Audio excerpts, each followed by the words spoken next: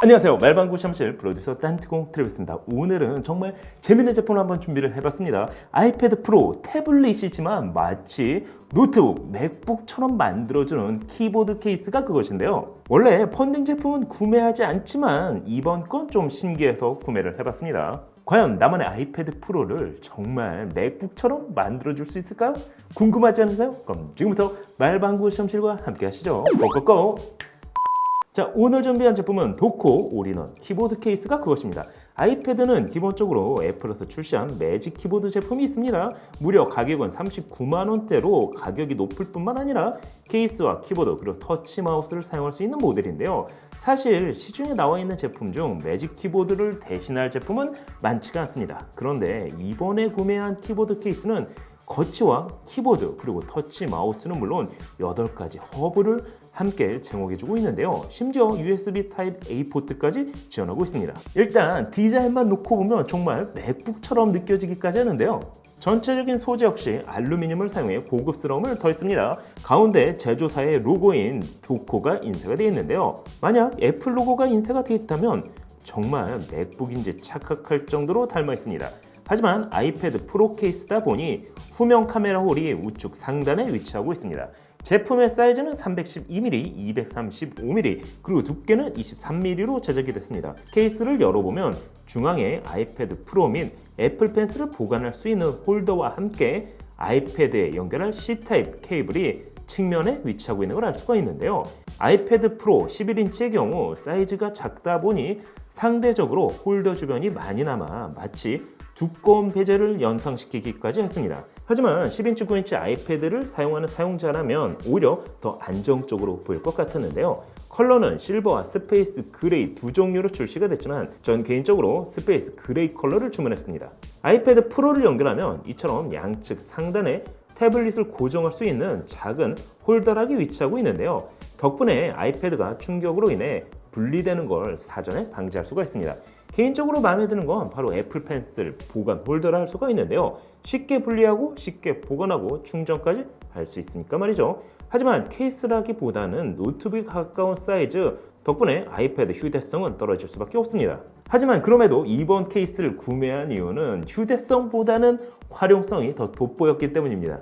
아이패드를 연결한 상태에서 측면 C타입 포트에 충전 케이블을 연결하면 아이패드를 충전하면서도 키보드를 함께 사용할 수가 있습니다. 거기에 키보드는 풀사이즈로 타이핑을 하기에도 나쁘지 않았는데요. 스트로크도 깊은 편이라 오타율도 크지가 않았습니다. 심지어 화이트 LED 백라이트도 들어오기 때문에 어두운 공간에서 작업을 이어갈 수도 있었는데요. 특히 터치패드, 즉 빌트인된 트랙패드 역시 괜찮았습니다. 기본적인 터치 마우스 기능은 물론 멀티터치 제스처를 사용해 세 손가락을 사용하면 복사는 물론 붙여넣기, 거기에 실행 취소와 같은 작업까지 할 수가 있었는데요.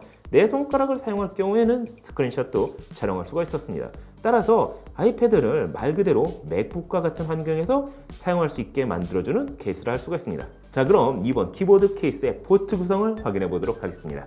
우측에는 충전을 위한 타입C 포트, 외부 출력을 위한 HDMI 포트, 3.5mm 오디오 단자와 함께 SD카드 리더기가 위치하고 있습니다. 반대쪽에는 USB 3.0 타입-A 포트가 2개, USB 3.1 젠 1 타입-C 포트, 그리고 마이크로 SD카드 리더기가 위치하고 있는데요. 거의 웬만한 노트북과 비슷한 수준의 포트 구성을 하고 있습니다. 그 덕분에 추가 멀티 포트를 연결하지 않더라도 아이패드에서 다양한 외부 기기를 연결해 사용할 수가 있는데요.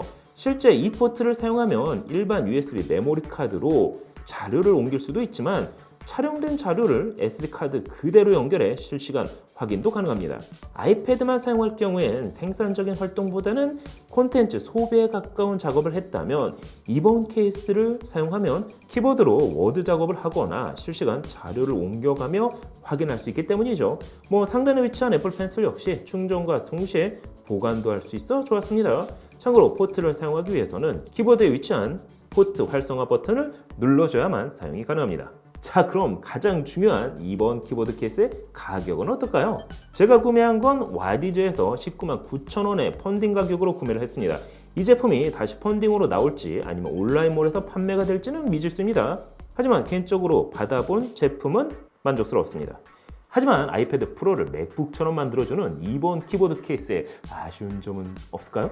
일단 사이즈가 동일한 아이패드 에어 4세대는 케이스에 맞기는 하지만 호환성이 떨어졌습니다. 볼륨 버튼이 작동을 하지 않고 충전에도 문제가 있었는데요. 따라서 이번 케이스는 아이패드 프로 전용이라고 보셔야 할 것 같습니다. 또한 케이스 하단에는 고무 받침 4개가 부착이 되어 있지만 아이패드 홀더면, 그러니까 디스플레이 쪽이 바닥에 닿는 부분은 별도 고무 처리가 되어 있지가 않습니다.